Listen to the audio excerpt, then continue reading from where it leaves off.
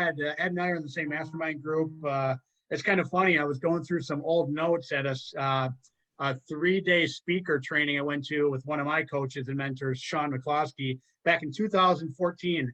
And I was looking at, I always write down when I'm in a seminar or a small group mastermind, I always draw a picture in my notes of a table that we're at, and I write down the name of every single person at the table. So I can go back 15 years and see who I've been at events with, because a lot of times you don't know who they are. I know. And I was looking at the sheet and I'm like, holy crap, Ed was there. And yeah, and I didn't even remember that. I mean, Anthony Chara was sitting across the table from me. And, you know, I think John Heyer was there. And so it was only 12 people in that group that day. But I just remember that's, I think, might have been one of the first times I met you, Ed, at that time. And so through over the years, we've kind of kept touch. And now we're in the same mastermind group together for about the last, 3 to 6 months. And what's cool about Ed and why I love bringing people in that are experts in the topic and they've been there and done that. And what's cool is, I mean, we've all heard people talk about rental property. We've all heard people talk about wholesaling and rehabbing. But what's cool is when you can hear a topic that is explained from a different perspective, from a person doing it in a different area. And I think we know, I mean, having a rental property is probably 80% the same anywhere you go, but it's that 20% of the little nuggets or the little things that people do differently that are really what I look for when I start to see other speakers talk on the same subject matter. And so I'm excited for what Ed's doing. He's got a lot of great stuff going, and I'm excited to share them with you guys tonight. So Ed, the floor is yours. Awesome. Awesome. Well, guys, thanks so much for sticking with me here over the next 3 hours as I get through this presentation. Only 3? Oh, okay. Well, we had till midnight. That's good. I got a couple of smiles. That was good. That's all I'm looking for, is just a couple. So that's awesome. Let me get my screen shared here. Let me get all squared away. Where am I at here? Okay. Chris, how's my audio? Sounds good. Awesome. Okay. Everybody see my screen? I think so. Yeah. Okay. I just want to make sure technical wise, I don't want to start for 20 minutes and have everybody look at something else, but awesome. Well, I am Edward O'Daniel and I'm more on the rental side. One of the things I like to do is I still wholesale, I still rehab.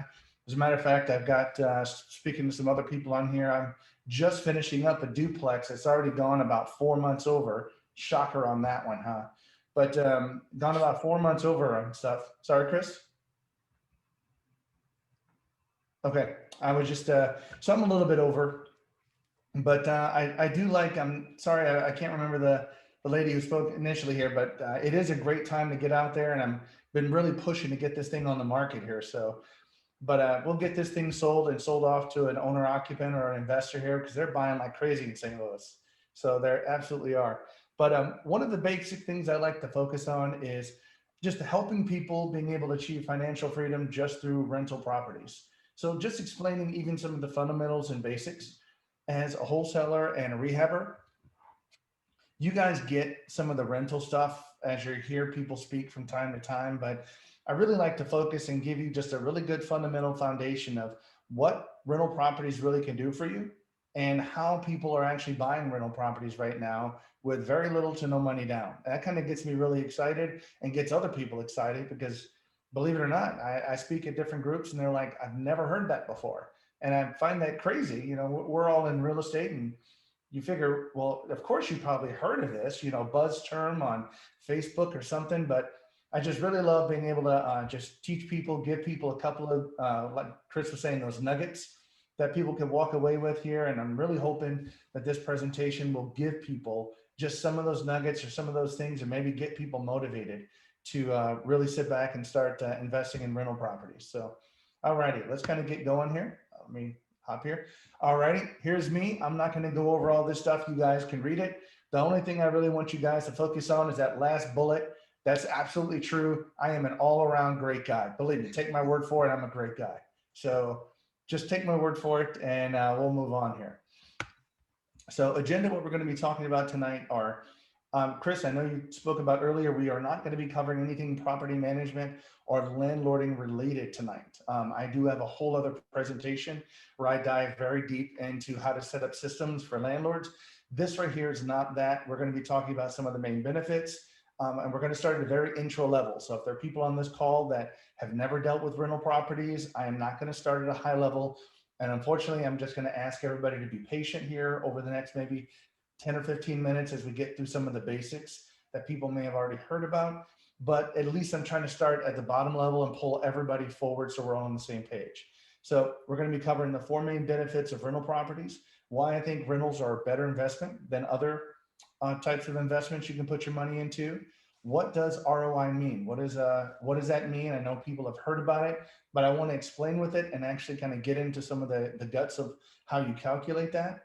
I'm going to explain it infinitely. Hi, what are you doing?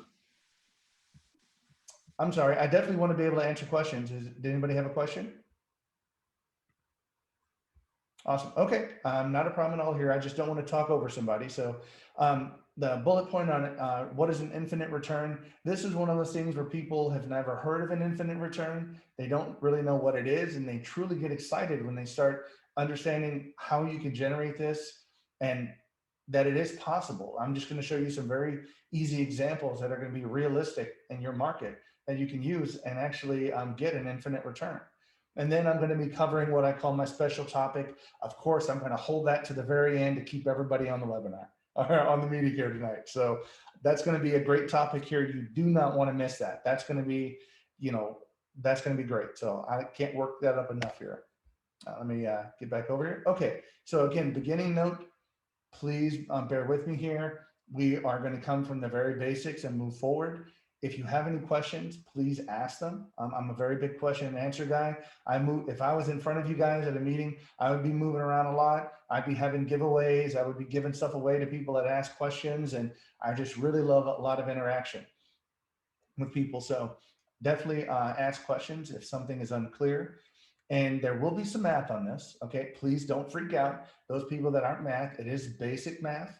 So I will do all the math for you and I will have everything out for you just to look at. So I won't have you compute anything. I won't have you do anything. I'm not going to do anything like that. And any terms, real estate terms that I'm going to go over, I might use abbreviations, but I will explain what those are because I don't want to lose anybody during the presentation.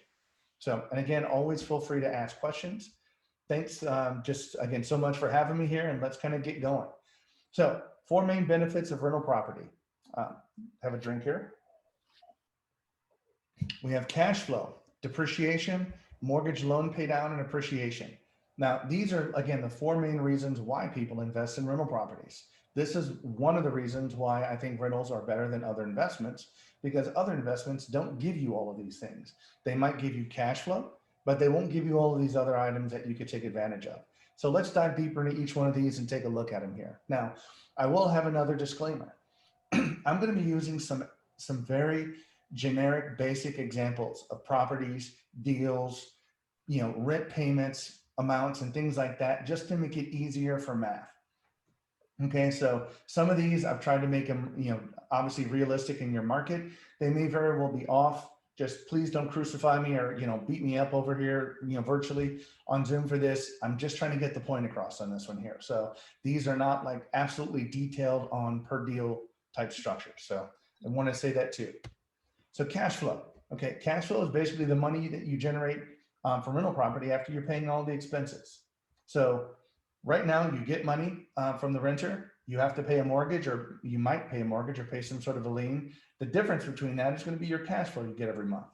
Now, here's one of the things that I want to introduce here is what I call the 1% rule. Now, I'm going to ask for a little bit of interaction here. How many people before this presentation have actually heard of the 1% rule when it comes to rental properties? Throw some stuff in the chat or put some stuff in there for that you guys have heard of that. Awesome. I'm trying to look at everybody's, let me see if I can, I'm going to have to move this over here just to make it a little bit more interactive. So if you see my head moving back and forth, I apologize for my camera. I just really want to see everybody here. Okay, good. Some thumbs up, thumbs up. Awesome. Awesome. Okay. I love it. This is getting good here. I'm just trying to get it down. But so 1% rule, is something that you should know just as a very generic rule of thumb. If you buy a particular property at a particular purchase price, it should be able to rent for about 1% of that purchase price. If it doesn't, you might want to look a little bit. Again, it's not an absolutely 100% bulletproof type formula. It's just a good sort of a good way of determining rent price and just making sure that those jive before you waste your time and really dive and do your due diligence on a property. So here's an example. You have a house that costs $100,000. The rents on that should be $1,000 a month or higher. Yeah. I mean, the 1% rule is a minimum. It's not necessarily a maximum. So at least 1% if it rents for higher. Sometimes in St. Louis, we have even 2%, properties that we have in our area, or even, up to 2.5, somewhere in there, believe it or not, for the properties that are being sold. That's why they're being sold so quickly in our market. But you have a loan and a payment that's $700. That includes your principal, interest, taxes, and insurance. Your cash flow in this is just simply going to be your your rent of $1,000 minus your payment. So $300 a month roughly is what you're going to make as your cash flow. Now, out of all the things that we're going to talk about, most people who are investors are going to be cash flow investors. That's one of the main reasons why they have rental properties, is that they want to generate monthly income. And of course, they want to have multiple properties, because multiple properties means now you have, in this example, that $300 a month multiplier times however many properties that you have. Of course, assuming that you don't have other costs, maintenance, and so forth. So one of the things I do want to point out, and we're going to go over, is that out of all the benefits that we're going to talk about here of rental properties, not everybody views these benefits the same. So I want to put that into your mind. Not everybody looks at cash flow the same as depreciation. There are people that actually choose one versus the other. So we're going to look at sort of how people prioritize that. Hop back over here, sorry. Depreciation. So those people who own rental properties are allowed to depreciate them. So, and again, if you've done depreciation, this is just a federal tax benefit that you get on your taxes. It allows you to take a certain percentage of the building cost. Now, again, if you have a rental property, you should understand that the rental property is broken up, or even your home. I mean, those people that own their own home, your property is broken up by the assessor as land value and building value. So those two numbers together add sort of a total value for the property, but you can only depreciate the building. You cannot depreciate land. And I'll just throw that out there as well, even though I don't have it on the slide here. But technically, the definition is just a reduction in the value of an asset with the passage of time, due in particular to wear and tear. Now, just to throw out another number here, the IRS does allow you to depreciate something over 27.5 years. Now, that's residential. If you get into commercial, those numbers change. So when you buy a rental property, you are buying the land, the building. I kind of did talk about that. So now I'm repeating myself. Sorry, let's move on. Only rental properties get this benefit, not your personal residence. So that's another thing that you need to keep in mind as a benefit of rental property. You cannot depreciate your own home with that. You can only depreciate rental properties from that. So mortgage pay down. So now we're on the third thing, the third benefit of why we're going to have rental properties is, as the renters make a payment to you, you in turn are going to make a payment to a bank or a lender. And then what you're going to do is end up paying a principal and interest payment, but that principal payment is going to pay down the original balance that you owe for the property. Now that's going to be small payments at first, and it's going to get larger as you get as the years go by. And we won't go into that. We'll slightly look at an amortization schedule so I can show you what that means. But a mortgage pay down is just another benefit that you get with this. So as you get down to a small percentage of that portion that you pay to the bank is principal, and that's how much, again, the renter is paying for you. So that's another benefit that you get from this. Now, here's just an example. I just kind of put this up here just so that people can have an idea. This is an example. I just pulled it off the internet on one of the calculators. $100,000 loan, 30-year amortization. So your payments are over 30 years, and it's at 5.25% interest.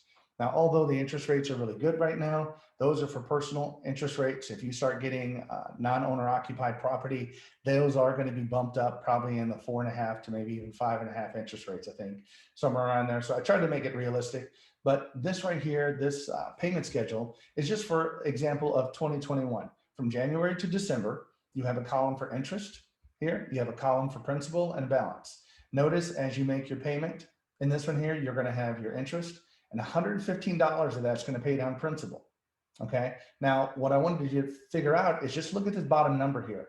This bottom number in the blue in that column is $1,410. That is every year you keep that renter in there. Every year you keep doing that, you're going to sit back and get an additional $1,410 every year from them paying your mortgage down, just as a benefit of having the rental property. That's pretty cool. Now when we look at the return on investments, we're going to see how that affects your overall return with regards to real estate. Now, the last, and this is appreciation here. Appreciation is just simply the increase of your real estate value over time. You own it for 5 years, you own it for 10 years. Hopefully, if it's in an appreciating neighborhood, you're going to sit back and gain 3% maybe. Some areas of the coast have huge appreciations. I'm just completely jealous. I'm St. Louis. I'm stuck right in the middle of the country where the values don't sway that much. But those people on the coast, and on like in Vegas and things like that, they've seen huge appreciations when that, I mean, we're talking like 100K a year type appreciation. That's crazy. Now, I will point this out because I want to sit back and help you guys understand that as an investor, I'm trying to think about what I'm trying to say here. I'm stumbling a bit, so I'm sorry. Appreciation, it could be a benefit of yours, depending upon where it's at. So sometimes people actually bet on appreciation even over cash flow. Now, that may be against what you believe, but it's still investors out there that do it. Those people that invested in the sort of Vegas bubble, and I'll pick on that. If anybody's in Vegas, I don't mean to offend you or your area or anything like that. I'm just trying to use it as an example. But somebody would actually purchase a property, rent that property in Vegas, and actually take a negative cash flow loss on it for a year. I mean, they would rent it, and their whole goal is just to sit back and let it appreciate for that $100,000 or whatever that big number is going to be. Even if it negative cash flowed them a couple of $100 a month, let's just say $200 a month, that would only be a net loss of $2,400 for the year. But if that property appreciates at 60, 80, or $100,000, it would simply just make sense to take the negative loss if you're going to sell it in a year when that tenant moves out and sell the property and just gain the appreciation. So I just use that as an example of all of these things are used in different ways. And I want you to be able to think about it as an investor. You can pick and choose which way you want to use them. Hey, So, Ed, question, Ed? yeah. Hey, man, question that came in from someone. What's your take on cost segregation and rapid depreciation? I am more of a cash flow investor myself. I mean, I'm just strictly, that's where I'm at. Sorry, say it again, Chris.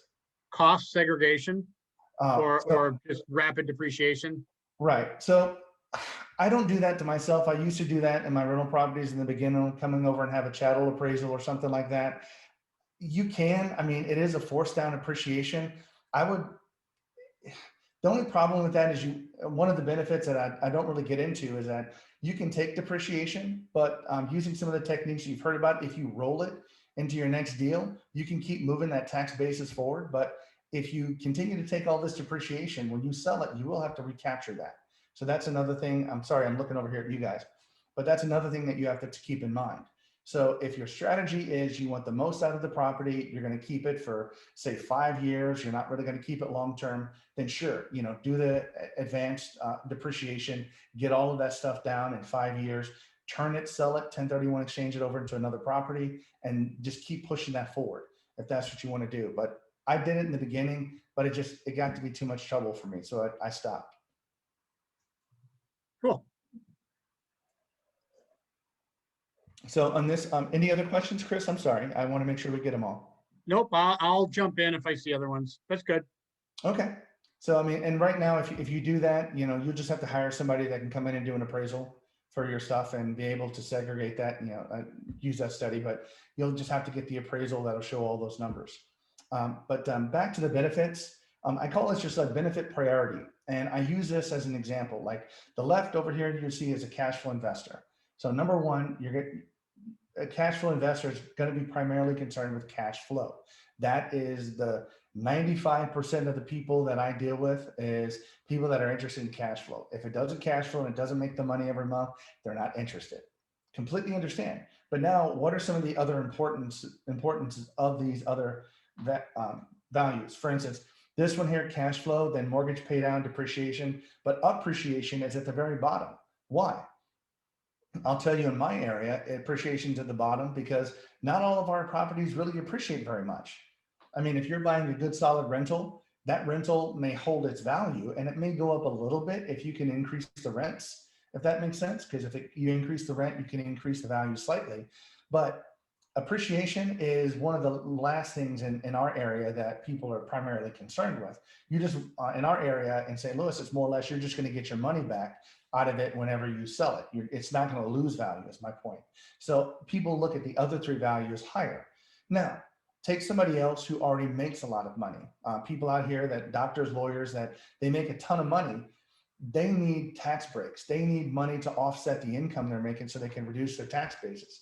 This is where depreciation on properties could be higher to them than cash flow, because they're just trying not to pay so much taxes. And I'm just trying to give you an example of how investors use rental properties differently. So right now, if you're going to invest, just pick which ones are most important to you. And that's what you're really going to be concerned with. But again, high net worth investors, you've seen a lot of this stuff in the 1980s when people were trying to offset, investors were really trying to put a lot of money into real estate, even though they lost money because of the tax benefits that they got. So that was really it in a nutshell, just the four main benefits. Hopefully, if you guys have never heard that before, it's a little bit enlightening. But now we're going to kind of go over why rentals are better than other investments. Well, like I said previously, you already have these main four benefits. That's already a killer benefit over something, another investment. Now, I'm going to talk about stocks. I got to ask, is there any stockbrokers in here? Anybody that's going to virtually smack me on this presentation? I'm not talking bad about stocks. I use it as an example on this one here, but let's move forward here. Hopefully I don't get too much, but one of the biggest advantages of rental properties is leverage. So real estate is one of the main only investments that you can get where people will actually loan you more money than what you need to purchase something to increase the magnitude of your initial investment. So with real estate, you can increase your money's buying power. A bank or lender will actually offer you a loan on a property with just a small, even up to 20% down payment. Some may be a little bit more. I've seen up to 25, but it allows an investor to have a small amount of money and buy lots more with it. So in this example, I'm just going to talk about stocks and real estate real quick. If you went to go buy a stock and you have $20,000 to invest, you can buy 20K worth of stocks. You know, there's no bank that I know of that you can go out and buy $100,000 worth of stock and have them give you an $80,000 loan against those stocks. I just haven't heard about it. Maybe somebody else has. So nobody's smacked me yet, so I can proceed. Awesome. Thank you, guys. So with real estate here, if you want to purchase a $100,000 property, you just need to put down a simple $20,000 down payment. So instead of buying $20,000 worth of stock, you can actually buy a $100,000 asset with that same $20,000 and get the other benefits that we talked about on the previous screen. So again, you're leveraging it and making 5 times more valuable. Your asset pool is 5 times more valuable with the same amount of money. So that's exciting. That's one of the things that real estate offers you that other options do not. Now, I'm going to cover return on investment here, ROI. How many people in here have ever heard of ROI, return on investments? Paul, got it. Melissa, awesome. Well, I mean, this is a common term. People hear ROI. What does it actually mean? How do you calculate it? Those people that do wholesales and rehabs, you know, you might get into it. If you're strictly wholesales, you might not get into this very much. You know, you're just looking to get your spread off of it and sell it and move on. But if you're dealing with rental properties, you definitely need to know what your return on investment is, at least from a high level. Now we're going to get down a little bit more to calculating. We're not going to calculate it here. I'm just going to show you where you can go to do things like an internal rate of return. So if you really want to get the total value of your real estate, you really need to use a calculator, and I'll give you a site where you can find some that will really generate your total internal rate of return that encompasses not only the money that you make from cash flow, but all the other benefits that we talked about. But let's just look at return on investment here and see how we figured this out. So ROI formula, it's pretty straightforward. We have your total amount of income minus your total expenses divided by your initial investment.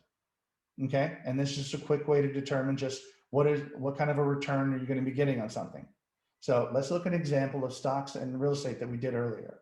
Stocks, we have a $20,000 investment. We paid $20,000 for it. Now, I'm just average. This is where I said, don't beat me up with any of the stuff. You know, your stocks can give you 5 or 10% of on average return. Now, I know some people get higher ones depending on where you invest, but I'm just, for example's sake, I'm just saying 5 to 10%. But stocks can obviously lose value. You know, companies can go down, stock markets can change, things like that, and you can lose value. Other than your monthly or annual returns in stocks, really don't have any other benefits. I mean, those people that really invest in it, you know, I don't do options or anything like that. So I'm not necessarily talking about any of that stuff, but just straight out, if you want to buy a stock, you know, it could lose value. And besides just the cash flow that you get off of it or the increase in stock value, that's the only benefit that you get. Now with real estate, you have a purchase price here. We're just going to continue to use this $100,000 example, but we have $100,000. We have initial investment of 20 grand, $20,000. Our total income, just using the 1% rule. Sorry, I keep looking over here and back at my camera, guys. Sorry. It's kind of still trying to get used to this virtual setup here, but our total income here is going to be our rent payments, which are going to be $1,000 based upon the 1% rule times 12. So we have $12,000 in total annual income. Our total expenses we looked at earlier were $700 for a total payment. Multiply that by 12, we get $8,400. That's how much you're spending out in your mortgages. Now, assuming we don't have any other maintenance or any other costs, again, I know that you'd have to factor some of those things in on this. I'm just trying to keep it basic, but the return on this investment would be simply 12,000 minus 8,400 divided by your initial $20,000 investment would give you $3,600 of cash flow per year. Dividing that again by $20,000 would give you an 18% return. Now, of course, there's going to be other things in here. This is just a simple example, but this is just the cash return that we get, the cash flow. Okay. There are other things that we need to look at when it comes to real estate as well. So besides the cash flow of 18%, we're also getting, I'm just assuming an appreciation, just modest of just 2% per year. So right now that's going to be another $2,000 per year benefit that you're going to get from that. Some markets are going to be higher. So just please take that with a grain of salt, but that's another $2,000 just in equity that you have, but your asset has appreciated. So you have to factor that in. Your mortgage pay down, we looked at, is going to be $1,410. And that's just for this year. Each year that principal will continue to go up as you pay the interest down. So that number will again go up on year 2, 3, and 4 slightly. Depreciation, I'm not going to get into it, but right now depreciation really depends upon your tax bracket that you're in, what tax bracket that you're in, and how much you can qualify for. But here, depreciation, we're dealing with where did I get $70,000 from on this example here? That's an interesting number. Should be 80,000, but you get the point here. We're dividing just the initial value by 27.5 years. You get so much of that, multiply it by 25% tax bracket, and you get so much money in depreciation. I just want to show the number at the end that you do have something in that bucket every year. Now, if you really want to do your internal calculations with this, I didn't want to blow people's mind. People really get freaked out over math, but I just wanted to kind of show you, these are some of the other benefits that also increase the return on investment when you're doing rental properties and real estate. So if you ever want to use it, calculator.net is a good site that has a lot of mortgage calculators, loan calculations, and a whole bunch of other calculators outside of financial. So kind of blowing through here. Anybody have any questions over anything I've covered so far? I know we're kind of covering some of just the upfront basic stuff that people have heard of. We're going to get into a little bit more meaty stuff here. Just hang in there with me, but any questions? Everybody's still good. They're conscious. I don't see anybody passed over asleep. So that's awesome.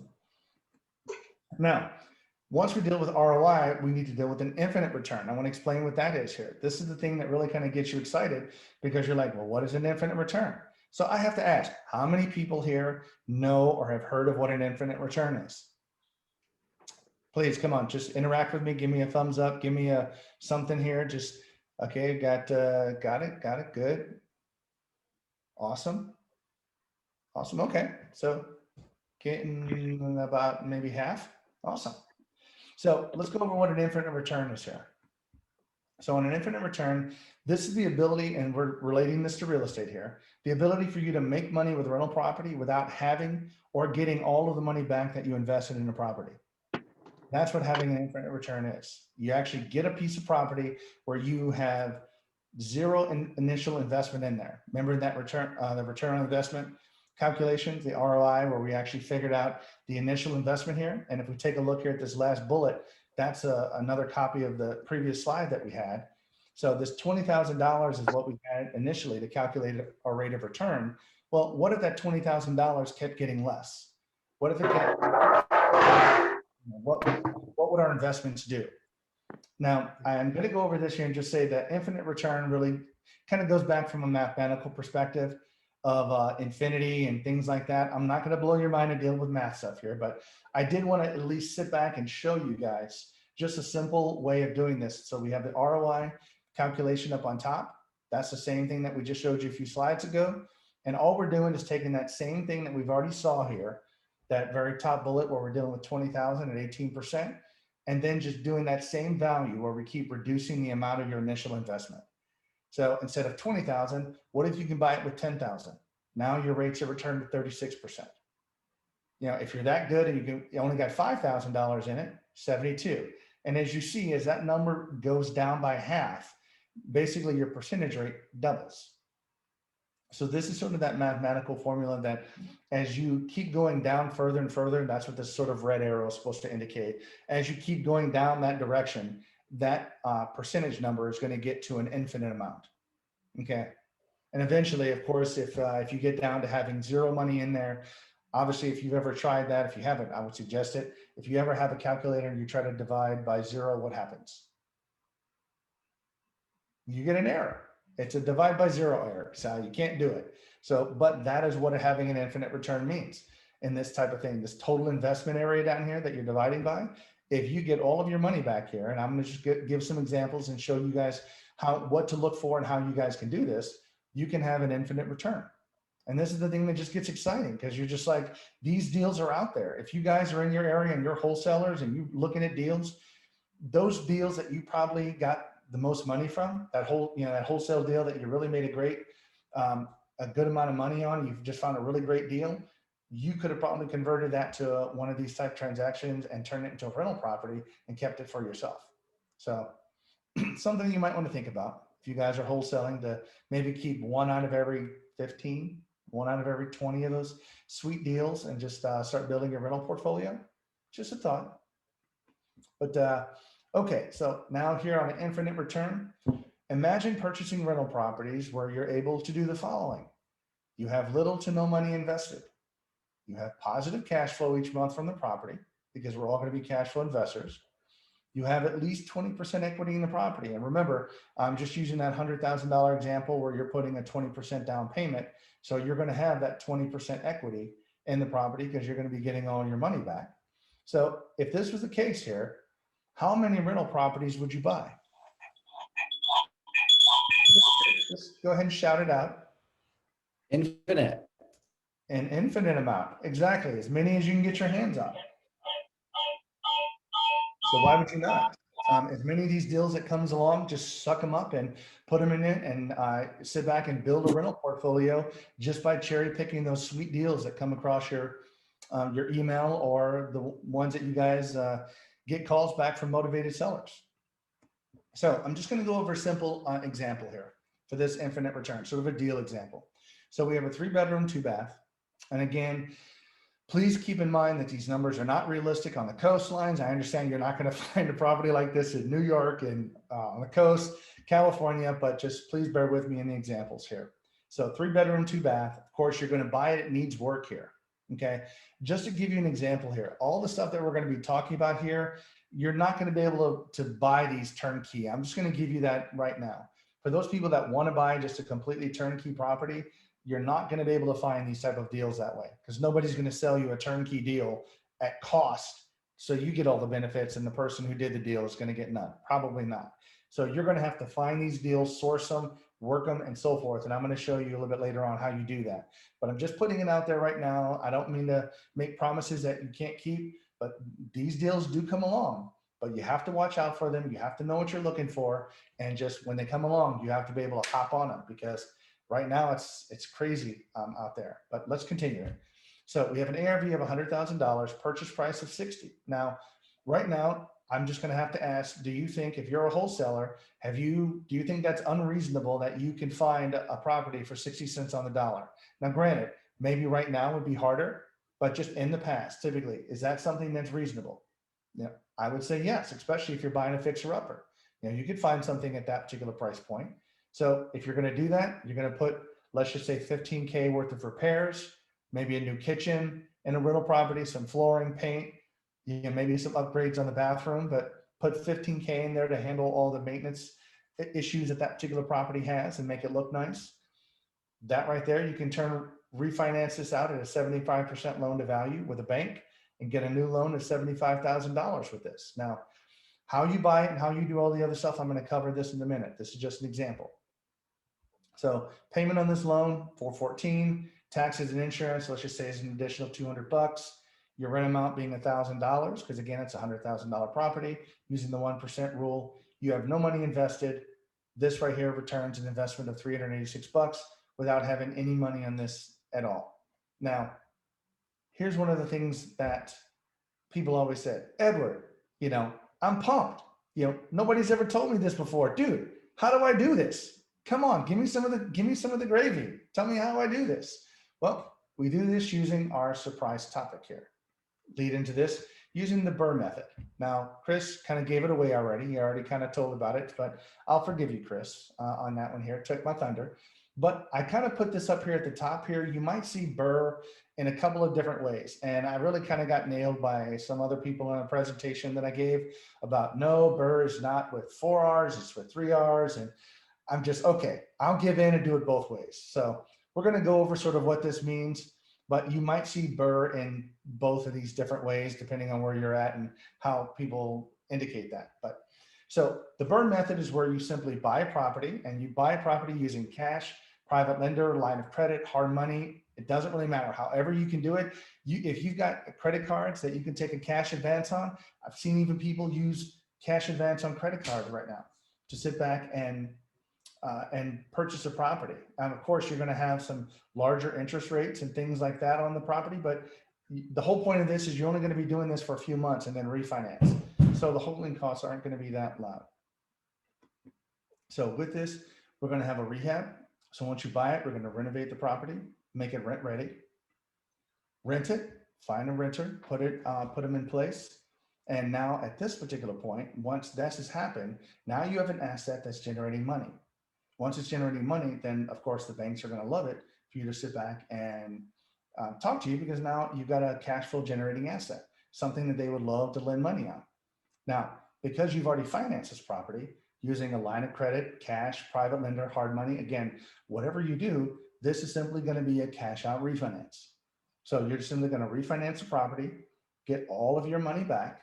Now, hopefully, if you do your numbers right, and you do all your calculations right, which we're going to talk about, you're going to get 100% of your money back. Or in the worst case, you may have a little bit of money still left in on the deal. But still, it's not going to be that bad because your return is going to be pretty high. Now, that last final R is the repeat. And once you do this and you refinance and you've got a property, why would you not want to use the same method to do it over and over again? If you have those credit cards that you can do cash advances on, you have a line of credit that you could pull from, why not just simply do this over and over again? The biggest thing is just make sure that you have a refinance partner.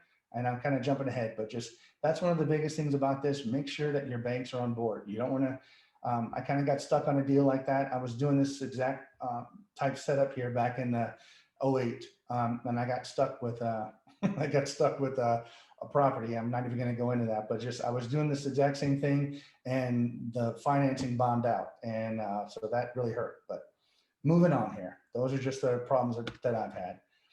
I need to go over the Mayo formula here. So again, I want to ask how many people have heard of the Mayo formula? I'm looking at you guys here. Awesome, good. That means Chris has been doing his job by having everybody speak and letting people know what the Mayo formula is. Okay, so Mayo, MAO stands for maximum allowable offer.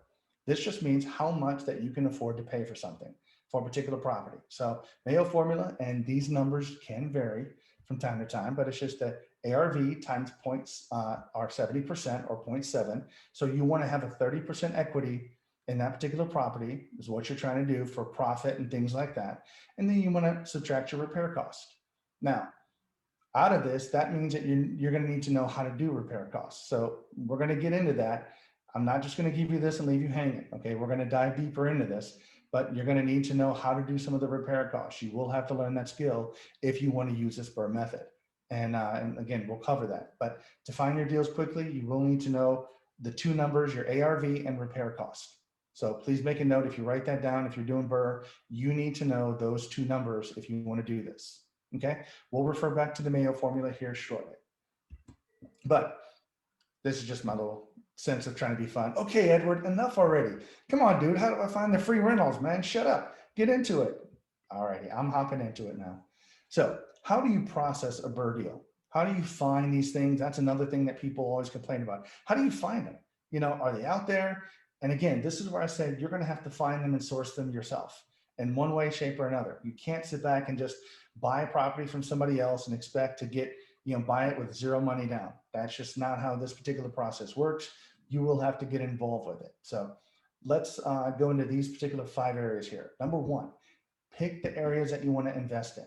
Now I say this because, well, I'm already jumping ahead. So let's just cover these. Pick your area, find the deals that you want, the type of properties that you want, know your renovation numbers. That means know your repair costs, get your property rented.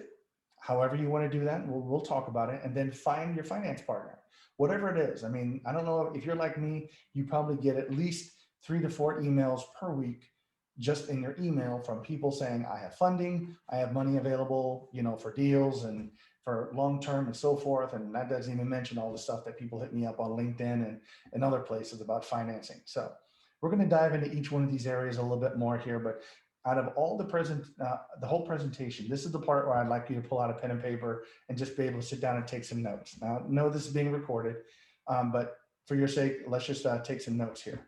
Now, when you just pick your area, the biggest thing that you want to do here when you're picking your area is knowing your ARV numbers. Now, if you're like our area in St. Louis, different areas for a 3-bedroom or whatever you want to invest in is going to have a different ARV. But as long as you know what property, you need to be very specific of what you're looking for. Name the zip code or school district, what type of asset, single family, multi, do you want to go up? Which one do you want to invest in? Pick one. Okay, you can't be sort of a jack of all trades on this one because it's going to slow you down. It's going to slow you down and you may lose that deal because you're trying to sit back and analyze something when somebody else already knows it and they've already locked the property up. Okay, so determine that. How many bedrooms and bathrooms? Be as specific as you can. What should the minimum square footage be? That's another one. What should the minimum amount of your rent charge?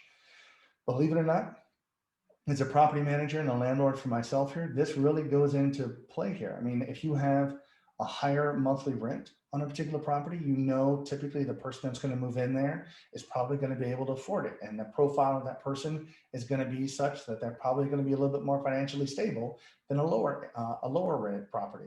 Those people that have 1-bedroom, 1-bath apartments and things like that, you kind of know what I mean by the turnover on that, with people just moving, losing their job and things like that. But so think of all of these things that you want to invest in, have all of them written down and be very specific about what you're looking for.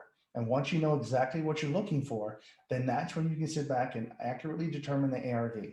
So if you can pick the zip code, single families, 3-bedroom, 1.5 bedroom or bathrooms or higher, 1,000 square feet or 1,200 square feet, and at least 1,000 or whatever your rent is on that one here. If you have all of that written down and that's the exact profile of the deal that you're looking for, when you find that deal, it's going to pop right in front of you. You're going to see it. It's going to hit all of your criteria, and that's going to be a deal that you're going to go after because you're going to know all of the numbers. You're going to know the numbers on how to do your finance costs for that particular type of property, what that's going to be, what the ARV and all of these things, and you're going to be able to make a decision pretty quick. So again, pick your area as the first thing. Spend a little bit of time here. Probably didn't take you maybe more than 10 or 15 minutes to come up with something like that, but don't just say any property, any area, wherever I can get it. That's not going to be good because you have to keep this in mind. If you find one of these deals, there comes a point where you want to sit back and ask yourself, do you really want to manage this property long-term? Even if you can get it for free, is this an area that you want to continue to manage or be in? That's going to be something you need to think about. So finding the deals. So I'm not sure why this is popping up like this, but okay. So when you find the deals, you can either do it one of two ways, either do it yourself or work with other wholesalers in the area. So this is where, if you are already a wholesaler, if you've already had real estate training or been through several of Chris's classes and things like that here in this REIA group, you may very well know how to do your own marketing, find these particular deals. But what do you now know from the last exercise that makes it very easy for you to hop in and find these deals? Is because you know the exact area, property type, square footage. Just think, if those people that understand what I'm talking about here, if you bought a list or something like that from somebody over just those specific properties, it would probably be a much smaller list that you're trying to target than just a generic whole blast of an entire area of a certain number of bedrooms and so forth. So you're being a little bit more laser focused on this when you're targeting these properties because you already have your qualifications of what you're looking for. So if you can do it yourself, great. If those people are here on the call that you are like, okay, I don't know how to do that. I've never done direct mail. I wouldn't even know where to start. I don't want to even learn that skill. That's perfectly fine.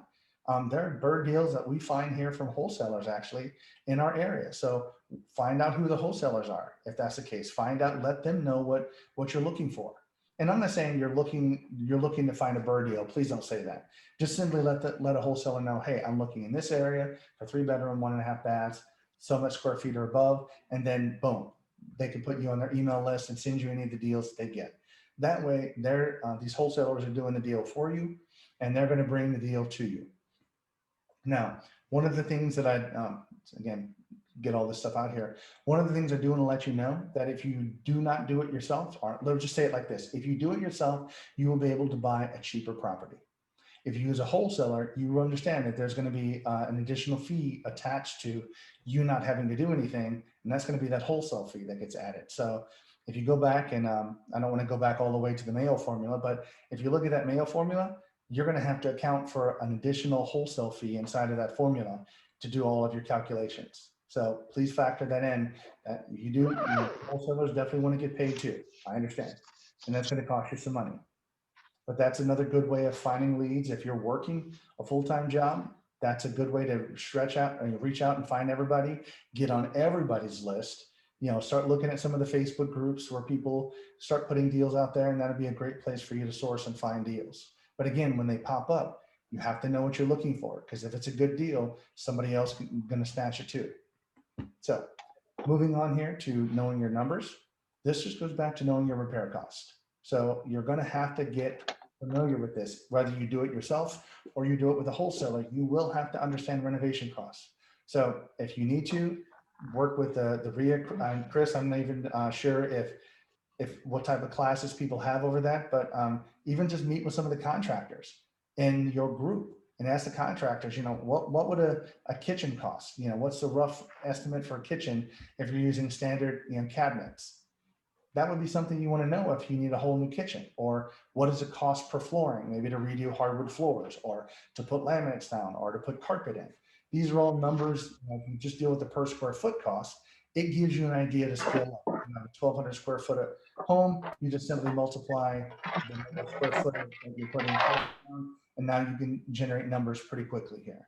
Okay, I'm sure with Chris, do you guys even have a repair estimator at your group or something that they could use as a resource? Absolutely. Yep. Repair Okay, estimate sheet. awesome.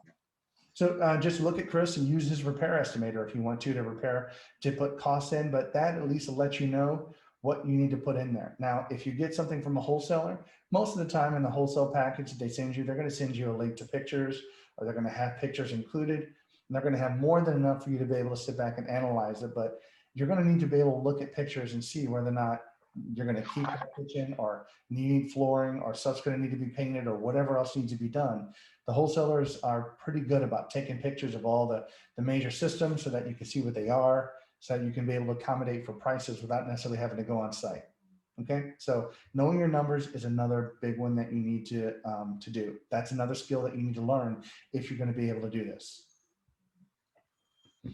Now, besides that, you're going to need, once you get the property, again, think about BRRRR. You buy the property, okay, you're going to renovate it, and now it's going to come back to rent it. You're going to need to find a renter for it. Now, again, you have a choice.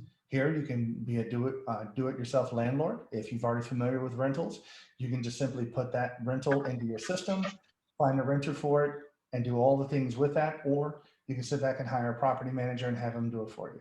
I will have to be honest with you on this one. If you do a property manager, just be careful.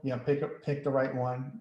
People always have nightmare questions. I'm a property manager myself. We service clients here in the St. Louis area, and I just know from the calls that I get that people are scared that they're going to be taken advantage of. But just get a good referral. And Oh my God, that smells so good. I'm sorry. Sorry, somebody was just saying something. But if you're going to self-manage, then here's some of the things that you're going to need to be able to do. You're going to need to know how to market the property for rent. What tools do you use? How do you deal with that? You're going to be able to sit back and have to take applications from people. You're going to have to take phone calls from people. You're going to have to go show the property. You're going to have to do all these things. And then heaven forbid, if they do fill out an application, now you need to screen them. Now you need to submit them. And so you do need to understand, if you're a landlord, how to process that if you're going to be able to do it effectively. Because the whole point about doing BRRRR is typically you want to be in from the beginning to refinance probably within 4 months. I think it's a reasonable time frame. You could probably push that depending on the level of renovation that you're doing. You could push that lower, but 4 months is not bad, even if you're paying a higher interest rate to a hard money lender. Again, you're only keeping it for 4 months. So all those costs from whatever you're getting, those costs have to be factored into the total overall refinance cost. So again, when we talked earlier about having to wrap everything up inside of that 75% or 80% loan to value, depending on whatever your lender is going to lend to you, you need to make sure all of your numbers, the purchase, the renovation, your holding costs, wholesale fees, all that stuff has to be included in that total refinance cost in order to pull all your money back out of it. So please just make it a point to keep track of all that and make sure that makes sense for you. So you can do self-manage, or you can just hire a property manager and say, hey, the property is going to be ready next week. Find a renter for it. Here it is, and pay them the fee to do all of it. And then you can move on to the next BRRRR deal. Okay. So again, those are some of the skills that you're going to need to look at with regards to that. Now, refinancing, this right here, probably you can get this done fairly easy, I would believe, because Chris and the group probably have a lot of lenders that are going to lend out on rental properties, or can at least point you in the right direction. I mean, Derek was already on board. I don't know if you could use him for your upfront purchase, and maybe he can help you on some of the refinance. Sorry, Derek, if you're still out here, I don't mean to throw you under the bus or anything like that, but there's that's a financial person that you can reach out to that can help you out and get this stuff accomplished. So just use the resources of your REIA to get this stuff done. I don't think this is really going to be a stopping point, but you do need to understand what the level of refinance a person will do. If you already have it, some people have a limit of a cash out refinance. Okay. They have a limit of 70%, or they may even go up to 80%, depending maybe on credit and stuff like that. Please find that out first before you start doing all of this, so that you can accurately project how much numbers you're gonna need. So that way, if it's an 80% refinance, you can go up to 80% of that total purchase cost and wrap all of your costs up in there. Now, I will give one warning. Please don't make the mistake I did. Now, here's the mistake I did. When I did this, I actually I was greedy. I'll let you know, this is 06, 07, and oh my God, that's a long time ago. But anyway, that whenever I did refinance at that particular point, banks were doing 80% cash out refis. I was using a line of credit. I would purchase the properties, renovate them, and so forth, rent them, turn around and refinance them back out at 80%. Everything was good to go. You had all this great stuff. But one of the things I did not do is I did not do any of the capital expenditures that you should be doing with a rental property. So if your furnace is 15 years old, or your air conditioning units, you need to factor that in there. Don't just assume they're going to work. Okay, try to include all of your upfront capital expenses that you need. If it needs a new roof, factor a new roof in on it. If it needs a new plumbing stack, put another stack in there. Please upgrade the electric. Do all of that and refinance all of those costs into your loan. Because if you don't, it's going to chew away at your cash flow afterwards. you're going to be negative cash flow sometimes if that furnace or something to go out and you have a couple $1,000 expense. That's what happened to me. And it hurt for a couple of years on that one because I took money out and used that money to help grow my business. And it wasn't a good thing. I wish I would have never done that. So take my advice. Don't be stupid like me or like I was anyway. And just, keep the money in the property and just zero yourself out. All right, moving on. So that's actually it. We're at the end of this. I just want to thank you guys for being a great audience. If you're looking for other additional training like this, I would suggest veteranlandlord.com. It's just a site I put together to help out landlords become more efficient and just give you guys some really great information on it. So please check it out over there. You can just create a free account on that particular site. And here's where you guys applaud and you ask any questions. Yeah. Yeah, I know there's questions for sure. Thank you, Ed. And you guys can just unmute a specific question. I know there's a couple that came in that I'll throw out there right now that are on the chat box. Is there a percentage that you should figure if for those large capital expenditures? Well, you're going to need to look at replacement cost. I mean, here's the thing. If you have a furnace and the furnace goes out, I mean, whatever you're costing in your area to get that replaced. Now, some of the people even have thoughts in our area where they have almost like a 10-year mark on that kind of stuff. If the furnace is over 10 years old, even if it's got another 5 or 8 years left, they'll just simply flat out replace it. Those people that are really doing renovations in the area, because they don't even want to have that expense.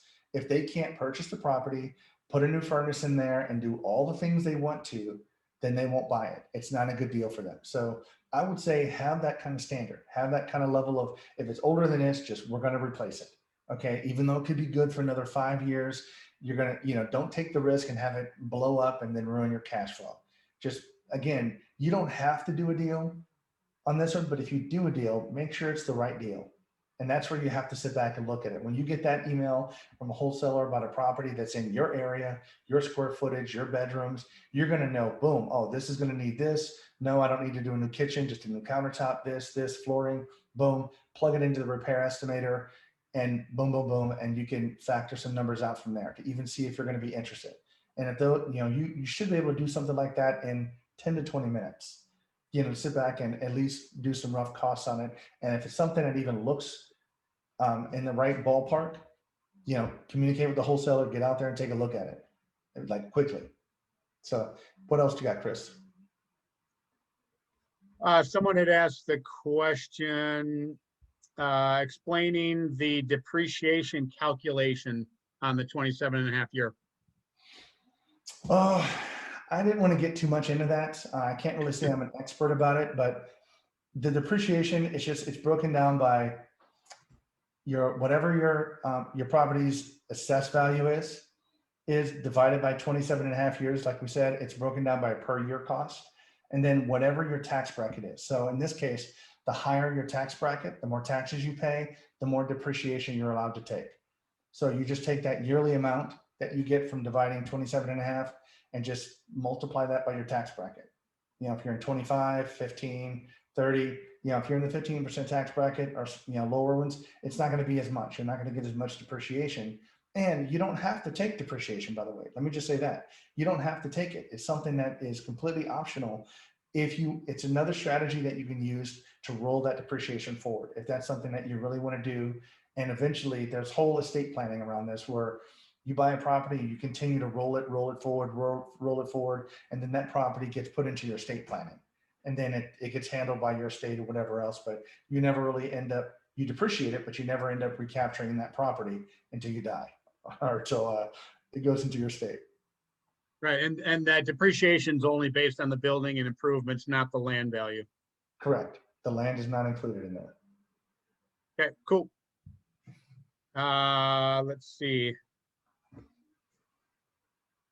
So I do want to just sit back and ask, with everybody here, I know if you've been in the group here, you probably heard a lot of the same stuff that you already knew about here. How many people, let's just say, at least learned two new things here on this one here? You're not going to hurt my feelings, but I mean, if you learned a few things on this, yeah, that's awesome. hopefully it was worth what, an hour. You had to sit back and see if that's something that's going to fit into your strategy. One of the things I really like to do, I really like to explain this to people because I'm a big proponent of you need to have rental properties in your financial whatever, with your financial planner, they want to invest all your money here and there. I think real estate has its place in there. It really does. So whether you self-manage, if you do self-manage, the veteran landlord is going to be a great resource for showing you how to be a landlord and how to handle your systems and all that other kind of stuff. So check it out. If you want to hire a property manager, then veteran landlord's probably not going to help you out so much. It'll give you some great information, but it's really meant for people who self-manage and teaches them a lot of stuff like that, specifically about rentals. Cool. If anyone has any questions at all, just unmute yourself and ask Ed directly. I don't see anything more in the chat box unless I missed it. If I did, please ask. Well, I would like to even ask again, how many people here have rental property? Yeah, one or more. Chris? Okay. Didn't see a whole lot of hands go up here, but out of the people who have rental property, is it the same? How many people self-manage? Manage the properties yourself versus hire a property manager? Okay, a couple. Awesome. Okay, well, definitely congratulations here. And if, hopefully you won't be like me. Like I said, I've made a lot of mistakes in rentals. I got into real estate, buying a rental property. That was my first deal. I had some extra money, had a really good W-2 job. So had a little bit of extra money on refining my primary residence. So we sit back and put it into a rental property, had no clue. I think this was back in 05, maybe at the end of 04, 05. But if you remember that market, again, that's kind of a similar market to what we have right now. It's definitely a seller's market. Wrong time to buy it. I didn't get educated. I just hopped in there, made some mistakes. It didn't meet the 1% rule on this one. And it was just, we were able to manage it. But I mean, ultimately, when we sold it, we ended up losing money. I hate that. I hate the fact that I have to admit that it is a fact. But I just don't want to see anybody else do that. There's a lot of other resources out there that you can go to understand some just basic fundamentals to make sure it's the right deal. Even if you've never heard of the 1% rule and you learned about it here, now you have a valuable tool that you can go out and evaluate a rental property. Because one of the things that don't make sense is, I think I remember, it was nuts. I was seeing a property in Florida. I don't know where it was at exactly, but they were giving me some numbers like, yeah, this property's, you pay $200,000 for it, but only rents for $800 a month. And I'm just kind of scratching my head going like, those numbers don't work. I mean, $200,000 only rents for, $800. I mean, it would need to rent for at least $2,000 at a minimum in order for it to even make sense on that. So just even knowing things like a 1% rule is going to be just a good way to just evaluate a property to see if it's even something that you're looking to buy.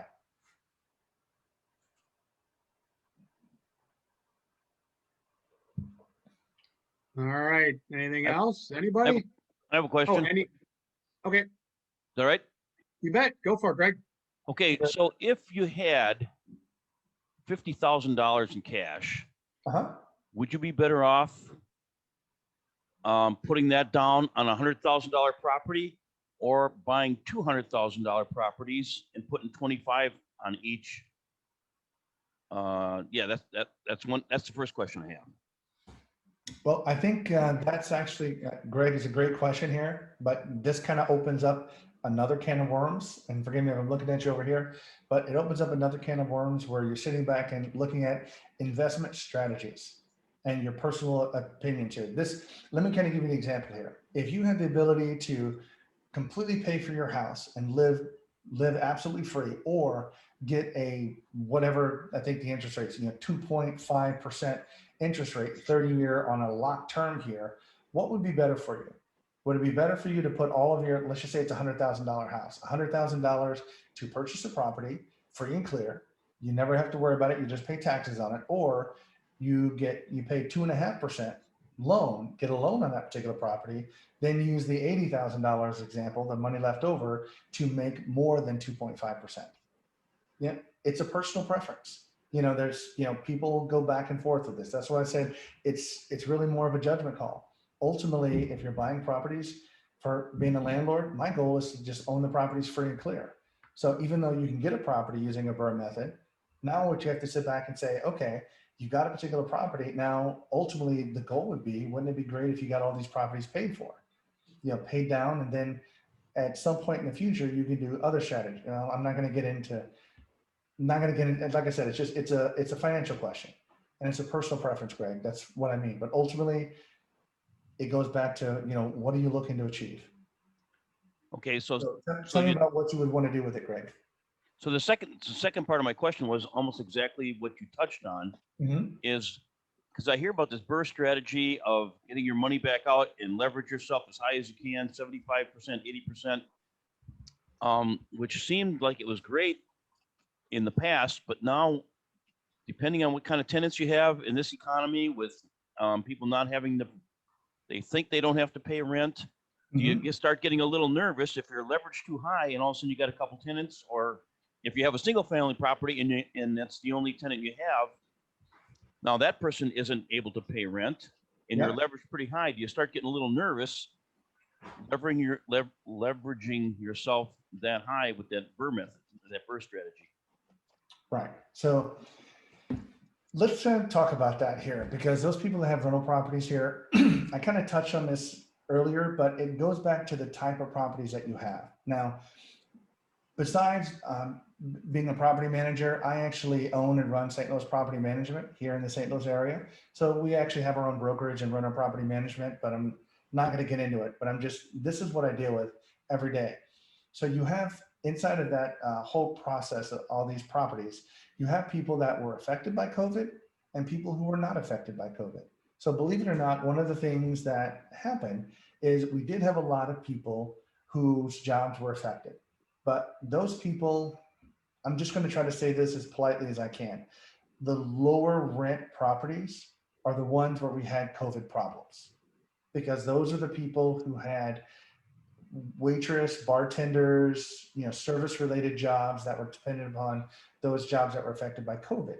Now, if you went and you said, okay, all of my properties, again, if your qualifications for minimum rent would be like, just say $1,200 or $1,500, well, that's a different class of property. Now, the person that's going to be able to afford that is probably going to be somebody who has an educated job, who has a skill, and those jobs were not really affected by COVID, at least from a financial perspective. They were affected in that they had to work from home, but they weren't really affected in that I've seen. Those people continue to pay their rent every time on month because they're more financially stable than the other people. Okay, because of the job type. COVID really affected certain types of jobs. So this is where, if you want to have the higher priced houses, now the person that you're going to get in there is going to be, again, have more of an educated job or things like that, where they're going to be a little bit more financially stable. So that goes back to the type of property that you're looking to buy. So hopefully that can help you out, Greg. Yeah, thank you. But I get that a lot with this. It's just, what about, your leverage, the tenant doesn't pay. And, then if you don't make a payment, that's going to affect you. That's going to affect my credit. Would it lead to foreclosure? I don't know. It could start draining your savings. These are all things that make people worry. But if you go back, it goes back to your purchasing type of property and then doing correct tenant screening. Okay, this is where tenant screening is going to be huge. I can't really stress it enough. And if you guys ever want to do that, and I didn't have it in the presentation, I created something called the Tenant Screening Handbook, and it's free. It's out there on the Veteran Landlord if you guys want to log into it. I mean, it's like 52 pages of a lot of stuff. If you want to interested in processing your own applications, what you should look for, how should you build your qualifications, but the tenant screening part is critical. You need to make sure they make enough money.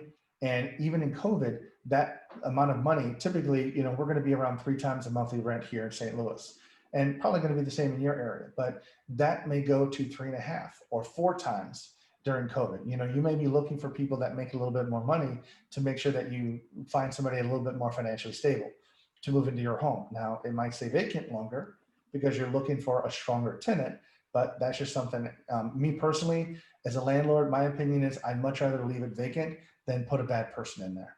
You're going to be much better off. So hopefully, if you do a good job with your tenant screening, you do employment verification, landlord verification, you do all the things that you're supposed to do, you're going to find a good person.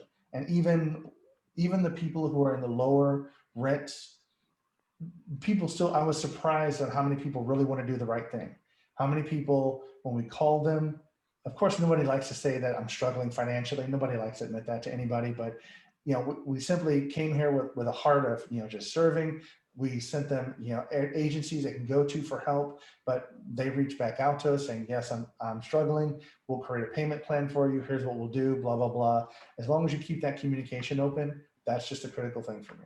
But I was pleasantly surprised at how many people set up payment arrangements, maintain the payments, even though they were behind. My clients were still happy. The fact that that they were getting some money and that they just didn't leave them in a lurch, and they're just, they don't communicate with you, and next thing you know, it's been 6 months and they're, you can't get them out. That's the worst kind of thing to do, is when they don't want to talk to you. So, but right now, besides the presentation, guys, you've got me for a few more minutes. Any landlording, property management questions you've got, I'd be happy to hop into that, even if it wasn't a part of the presentation. Chris, as long as it's okay with you.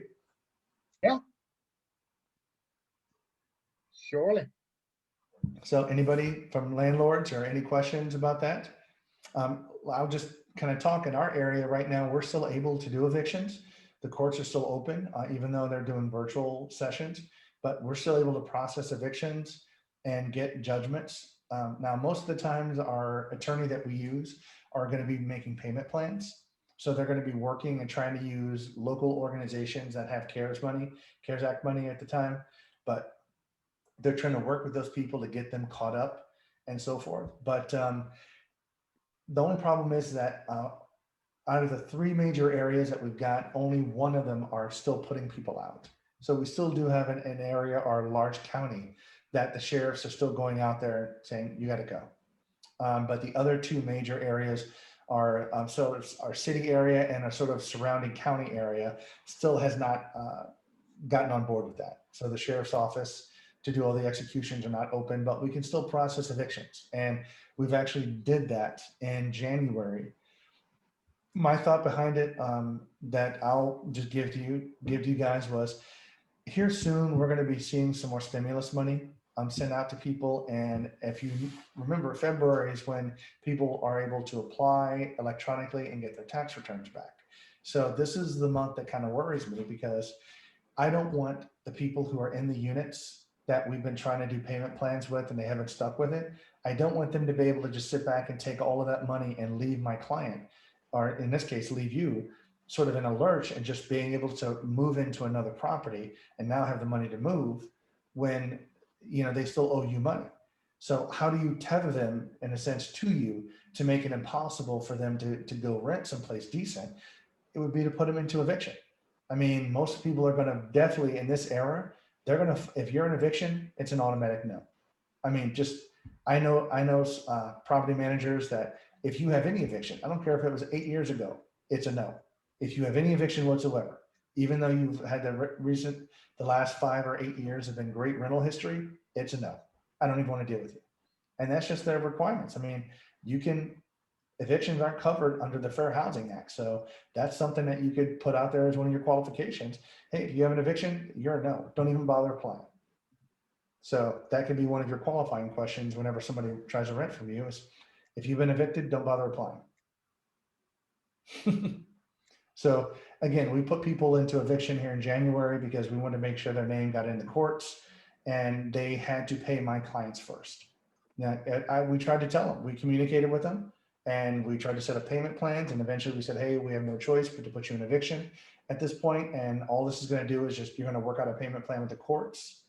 So please go to the courts, work out a payment plan, but now it's a court issued payment plan, not just a personal one that we've developed with them. And they're much more prone to stick to that if you have something that's court issued. So, and of course, they'll try to work with any local agencies to help get funding for them.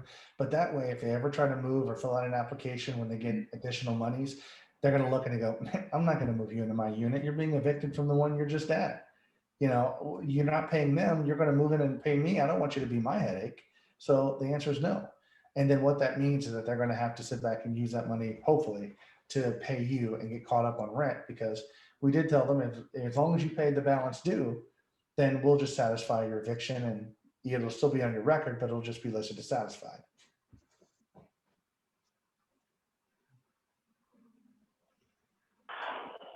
So great group. There's still a lot of people on. I'm happy to answer any questions. When you speak of clients, who are you referring to? People like yourself, people in this group that own property, that hire me as a property manager to manage it. Those are my clients. That's what we're here to serve. You know, we need to make sure that we're looking after their best interests to keep the income level high, the expenses low. That's our job. Or that's the job of a property manager. Hopefully if you find one, that's what they would say too. Okay, thank you. You had mentioned some programs for those people that are behind. And I did come in late, so I apologize if you did cover this. But just some direction for some of those people that are way behind. Oh, okay. Well, right now, I would say you can probably, the quickest place to do it would be to go to an eviction attorney. I know that sounds kind of weird, but if you contact an eviction attorney or you have an eviction attorney who is a vendor of your group, contact them through the group and just simply say, can you give me a list of places that help out with funding? Eviction attorneys will have everybody in your area that has money available for whatever, and whether or not you would qualify or not. So I would say contact the eviction attorney. They would be happy to, it might even be on the website, but you know, click here, download this, and here's all the local agencies, their contact phone number and so forth to contact them. So I would say, you know, do that. Okay, awesome. Thank you so much. And I hope you get caught up, by the way. Me too. I hope that I do hope the renter gets caught up. They are that person, exactly what you said, in the food service, the food industry, and yep, trying to figure something out for. Okay, now I'm just gonna keep spewing, Chris, until you you know, give me that little, you know, little sign that says we're out of time. But a lot of questions we get from landlords that I try to help out with is, we don't use eviction. We don't go eviction as our very first route. Okay, if we're trying to work with somebody, our first approach is just to simply ask them to leave. And I'm just offering this up to as advice for other people that may be struggling with this. So I don't threaten tenants with eviction. I just simply present the options in a very mellow voice and just saying, hey, I'm non-threatening. I'm just giving you facts. You're not paying your rent. I'll do this. Here's what I'll do. I will, if you will, let's just say today is Monday. Let's just say if you're out and I can meet you on Thursday morning at 9 o'clock to get the keys, you will sign a lease termination agreement that says your lease is hereby terminated and you will no longer at that point be responsible for the rental unit. You give me the keys, you move out. I will not file eviction on you. That's one way we can do it. But right now, oh, thanks. Well, this looks good. What is it? It's like cut up. somebody have a question? Okay, so that was one thing that you can do to try to help people out. And I've had people do that. It's like, yeah, I've even had tenants just leave. They were in the food service industry and they just said, hey, I don't feel right. I just want to sit back and leave. And typically our lease that we use has a early termination clause in there that they have to pay if they terminate their lease early. But we don't do that with people that are leaving. We're just happy that we got the unit back, and then we can sit back and get it, you know, re-rented and to somebody else who has a proven job. At least that's beneficial versus having somebody stuck in there that will not leave, because then you don't have that option. So we just simply say, if you don't do this, then our only next option is to go to eviction. And if we send you to court, once we kind of ring that bell, we can't unring it. So once your name goes on the court docket and the case gets opened, we can't unring that. Your name will now be a part of public record that will follow you for the next 7 to even 10 years on your record, and people can and will simply deny you because you have an eviction, even if it was satisfied. Remember that example I showed you earlier, or I told you earlier, where if you have an eviction whatsoever, that you'll sit back and people will just not accept you. They don't care if it was satisfied. They don't. It's just, I've literally had people, they have the point of view of, if you had an eviction, I don't even want to deal with you. I don't care what happened. I don't want to hear about it. No. So even if it was satisfied, they're still not going to be able to rent to you. And that's going to be a factor. You might not be able to note it now, but in the next 7 years of you finding a place to live and you're constantly being denied for that, I'm giving you a lifeline here. I'm allowing you to leave and go without filing eviction. So I've had a fairly good success rate with that. I mean, I'd probably say 40%, people who are in that particular boat. And that's if they can't make a payment. If they're on the payment plan and so forth, and they're able to make, 40, 50% of their rent every month, we continue to work with them and get them back on their feet. And I've even had clients that said, I don't care if they don't pay rent. I don't want to evict them. It's not in my heart to evict somebody during the pandemic, which we're like, okay, our clients are, they have the final say on that. So that's an option. But I'm just trying to say, if you're in a situation where you're gonna potentially need to evict somebody, don't just do eviction first. Simply have a good open line of communication. Let them know that, hey, I'm gonna allow you to move, leave this place before we go to eviction. But if we do, then here's what's gonna happen. We're gonna file eviction. We're gonna get a judgment. Eventually, we're gonna get you out. We're gonna send you to collections. Okay, we're gonna send your file over to collections, and they're gonna hound you for the next 7 to 10 years. Every job you get, they're gonna garnish your wages. Now, I know you can't think about that right now, but just imagine this a year from now, 2 years from now, people garnishing your wages, people coming after you with money that you still owe. That will happen. That's not a threat. That's just simply a fact. I'm letting you know. I'm letting you avoid all that if you just give me the keys, move your stuff out, and walk away. So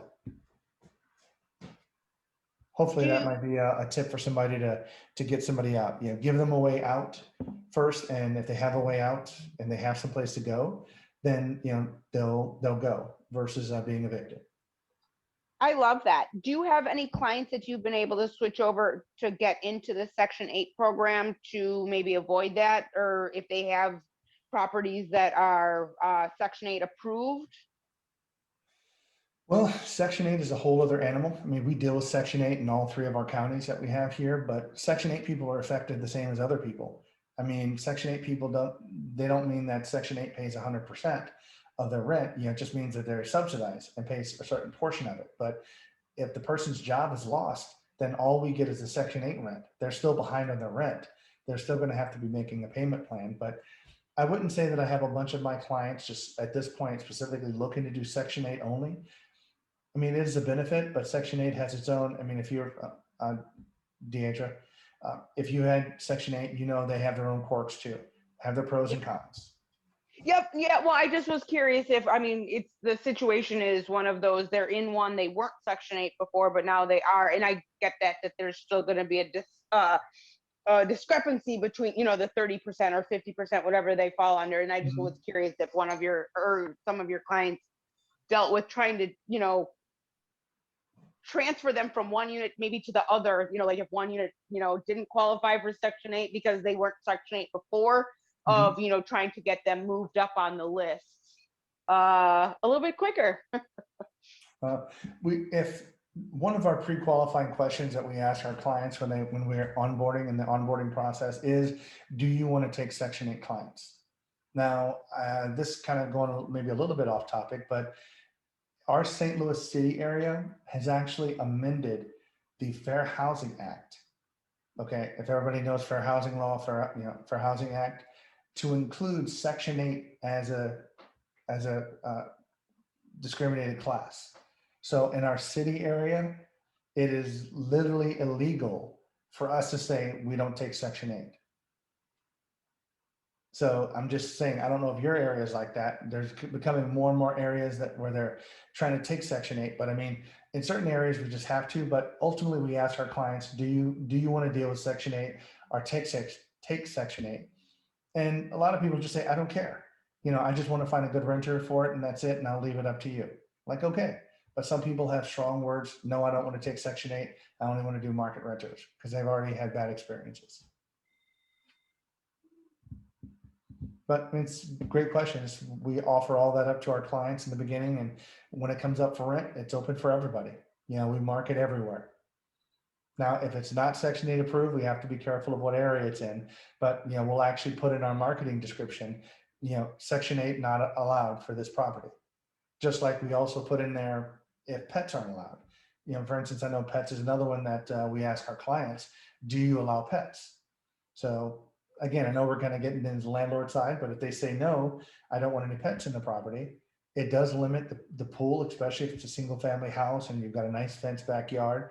You know, people love their animals and they certainly do love them like children. So, and they'll pay for them. But if our clients say no, then that's the answer. So we have to put in the marketing description that, you know, it's not pet friendly or, you know, no pets allowed, just so that people know that when they look at the listing. Great questions. Anything else coming on here? Do a brain dump. Give me questions. You sucked them dry. You answered it all, man. I'm sorry. Can we scoot back 15 minutes and let's start over? No, it's all good. And well, it's exactly 8 o'clock and sounds like the questions have been tapped. But yeah, no, I really appreciate you coming out. And like I said, I always love what other folks are doing from around the country. And it's just those little extra different things from a different perspective sometimes, all you need to really, you know, light a fire. Well, I tell you what, guys, thanks so much. I appreciate it for letting me just come out virtually into your homes and just see everybody. I really love the fact that everybody has their videos on, or a good portion of them do. So Chris, make a note of everybody without the video, and you're going to have to ban them from the group, like you said, because hey, we've identified them. Yes. Well, all good. That's it. Membership denied, canceled. Sorry. Revoked. Well, Ed, thank you so much for coming out tonight. I have no doubt people pull value from it, and thank you for giving us time tonight. Not a problem at all here. Again, I'm like you, Chris. I don't mind sitting through an hour. If I can just get 1 or 2 pieces of information that's going to help me, man, that's what being again, the no pun, but the veteran landlord, to get to be a veteran landlord, you know, you sit back and accumulate a lot of these nuggets that you hear, and that helps you make a really good business. So that's why we keep coming out. Thanks so much, guys. All right, man. Have a great week, bud. Thank you. Well, see you, everybody. Have a great week. Stay warm. Stay warm.